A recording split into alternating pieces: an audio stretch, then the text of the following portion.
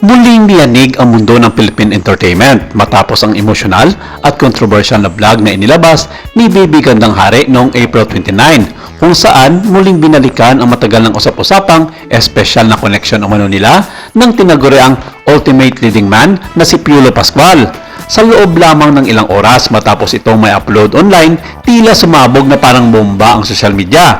Trending agad ang pangalan ng dalawang personalidad habang kaliwat kanan naman ang opinion ng publiko.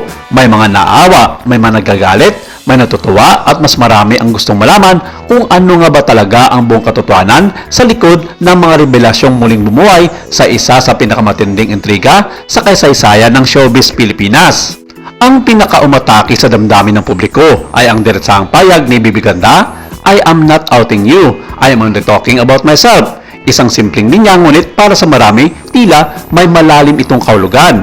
Para sa ilang mga netizens, isa itong matapang na deklarasyon ng isang taong matagal nang nananahimik tungkol sa kanyang emosyon at karanasan. Ngunit para naman sa mga taga-suporta ni Piolo Pascual, isa raw itong hindi kinakailangan muling pagbubukas ng lumang usapin na matagal nang ibinaon sa limot. Sa social media, nagmistulang courtroom ang comment section. May ilan ang nagsabing panahon na upang maging totoo ang lahat sa sarili nilang sexualidad, ngunit may iba ring nagsabing tila unfair umano ito kay Piolo Pascual na patuloy siyang nadadamay sa mga aligasyong hindi naman niya kailanman direktang pinapatulan.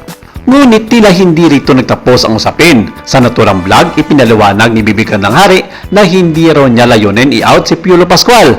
Aniya, nagsasalita lamang siya tungkol sa sarili niyang karanasan at emosyon at wala raw siyang kontrol kung paano bibigyan kahulugan ng publiko.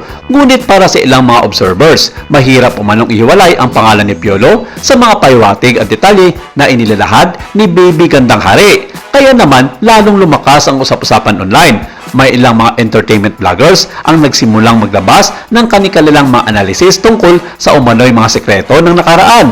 Maging mga lumang interviews, mga larawan at blind items ay muling hinukay ng mga netizens na tila naghahanap ng nawawalang mga piraso sa isang matagal ng palaisipan. Habang umiinit ang kontrobersiya, hindi rin nanahimik ang kampo ni Piolo Pascual.